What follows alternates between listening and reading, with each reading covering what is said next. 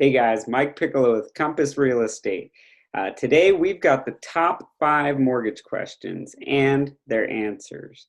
And I know as an agent, to do the best for my clients, I have to work with the best. And that's why I'm blessed to have actually really generate a network of some of the best in the industry. And one of those best is with me right now, my friend, Mr. Wayland Coleman, branch manager at Fairway Mortgage. What's up, Wayland? How you doing? Hey, how's it going, Mike? What's all that sunshine behind you there, man? Where are you at? Oh man, I'm in Arizona. I'm quarantined over here in Arizona. I figured that I take the family out of Washington for a couple of months, kind of get some good sunshine, and then come back when everything settles. Man, that's a great quarantine spot, man, for sure. Jealous. Can't beat it. It's not bad. So let's jump right into this, man. So one of my first Okay. questions that I got is, does it matter where or from who you get your loan from? So, there's obviously a bunch Okay. of different choices. You've got mortgage brokers, banks, credit unions, doesn't really matter in the end. Hey, if it was me doing a mortgage, I want to go to somebody I trust, right? I want to go to somebody that has a lot of knowledge in the business. I want to go to a bank, a direct lender. The reason why I say a bank or direct lender is because a broker, they're a third party company, right? They're the person that connects you to the bank. So that being said, a broker doesn't have as much control of your files. They help you get the best deal, but at the same time, they ship it out to a bank, which is kind of like, Fairway Independent Mortgage, and it's up to Fairway Independent Mortgage to underwrite, to process the loan, and the broker really doesn't have as much control. The nice thing about if you do deal with a direct lender, a local direct lender, is that like I have a couple offices, one in Linwood, one in Bellevue. We have one in Renton. I know the area. Everything that we do here is local. We have local underwriting, local processing. We even have our own internal appraisal panel, which is really good because if you go through a broker, they go, to a bank in a different state. They use their appraisal panel. Their appraisers may not know the area. They may order an appraisal. The appraiser might be in, Eastern Washington, and drive over here to Washington or into the, west side, and they may not know the area as well. Also, piggyback on that answer, Yeah. as a agent, I know that, me as a listing agent or other listing agents I'm opposing, the sellers, Hmm. if they're savvy, they look at that lender too, and who is that lender, to see if they have a track record for closing on time and things Yeah. like appraisal issues. So it is important, man. Hmm. It's definitely important. Question number 2 Yeah. is, when comparing loans, is the interest rate, the overall interest rate, is that the end all be all that people should be focusing on? I do sometimes tend to get clients who just are laser focused on every tiny little point on their Yeah. interest rate. Is that the biggest thing you should focus on when comparing loans between lenders? It just depends. I mean, from my experience, if you focus on the rate too much, you'll miss the boat on everything else, right? Because the rate is very important, but at the same time, the mortgage process takes 30 to 45 days. Nice thing, if I go back to our last question, is we do close in about 22 days. We like to say 30 days maximum, but you do want to focus on the rate, but at the same time, you want to focus on what comes with the rate, right? Are there points? Because a lot of people say, well, because you get this, 2.5 rate, 2.5% rate. I'm like, great question. I mean, if it's out there, I can probably do it, right? So I'll say, send me a loan estimate. They'll send me a loan estimate, and then I'll see that there's like 2 or 3 points charged on that rate.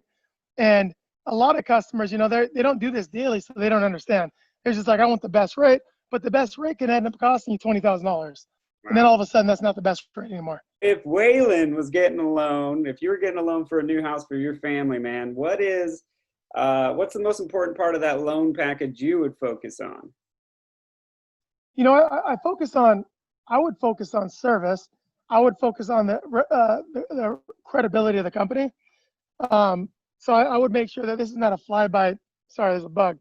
Only thing with this place is there's a lot of bugs. Yeah. Um, but I would focus on the credibility of the company, because if the company's been around for a long time, and they do a lot of loans, I know that, they've actually dialed in their process and there's not going to be as many errors, right? Right. So I'd want to go with somebody who has experience and that has really good service that they can get a hold of, that I can get a hold of them, 24/7. At the same time, have an awesome rate, a competitive rate. Yeah. And rate's always not the most important thing to me.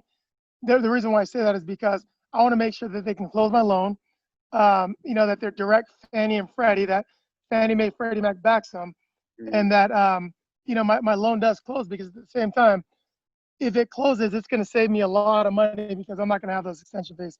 I'm going to have good service. I'm not going to be throughout the process. It's going to be easy on me. All right. So next question number 4. We're already at number 4. Pre-approval. Okay.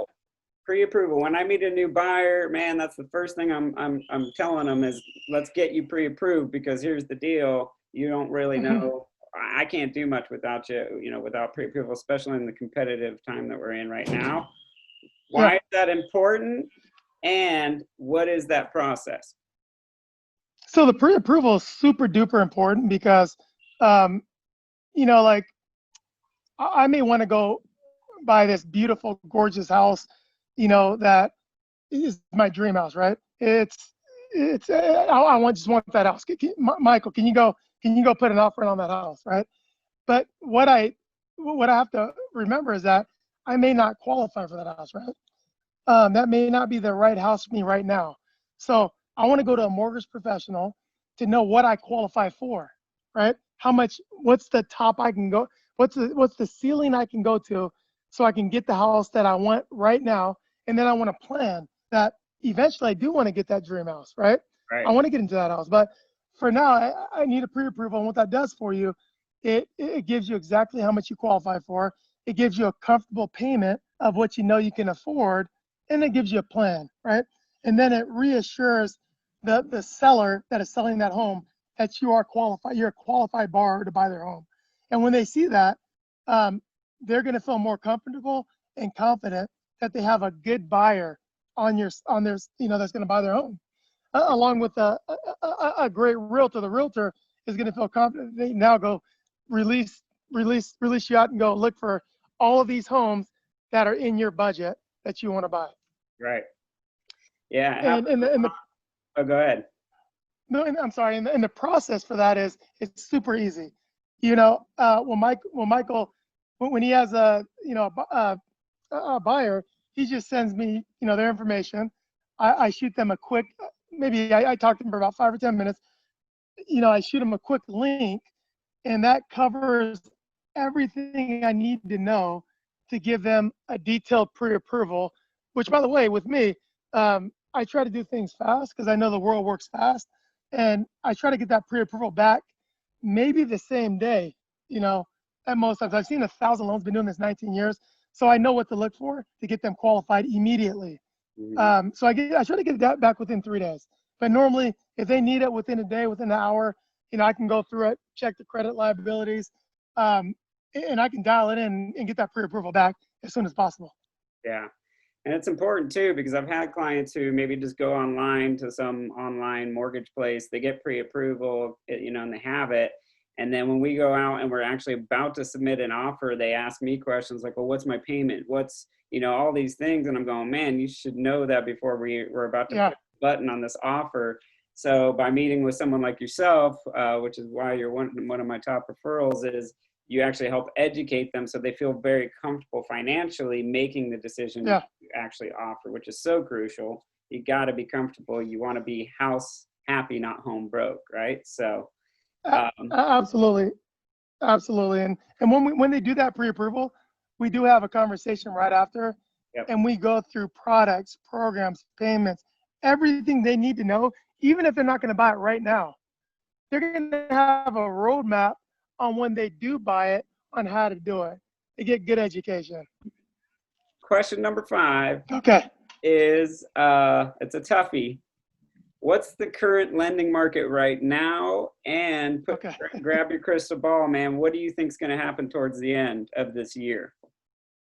You know what? The current lending market right now is it's phenomenal. I mean, my branches have been having some of their top months ever in history. And I think it's weird because you think it'd be slower, right? Hmm. But it's actually even more. I think it's because now people are staying at home, and now they're like, what do I do? How can I save money? Then they're thinking about it, right? A report that came out that I read, they said there's 11 trillion dollars in people that need to refinance to save money, and they don't know about it. 11 trillion dollars. In the mortgage industry, they did probably about $3 trillion of it last year.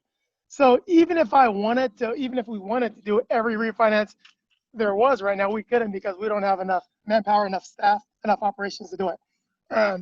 But yeah, I mean, the business is phenomenal, and all the reports, all the commentaries, all of the head guys like Barry Habib, he's a good guy to watch.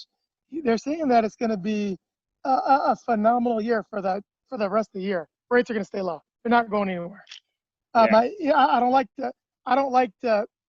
That's an opinion, but I don't like to give my own insight because that's what I think and that's what other people think. Because I've seen things when I said it, they've actually happened differently. But we're in a weird time, and I really believe that rates will be low for a long time right now. Yeah.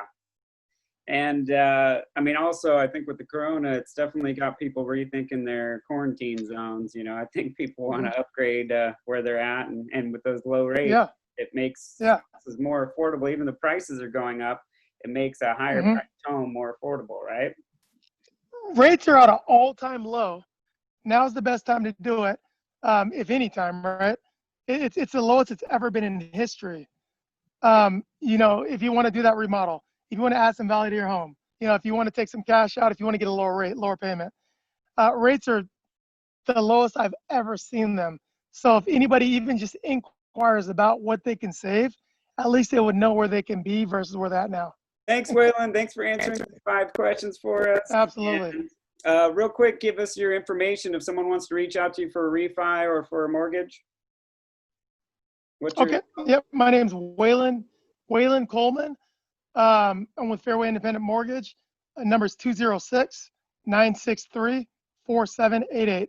That's 206-963-4788. Awesome. Well, if you have any other questions, reach out to Wayland or reach out to me. And until I talk to you guys next time, take care. Okay. Thank you.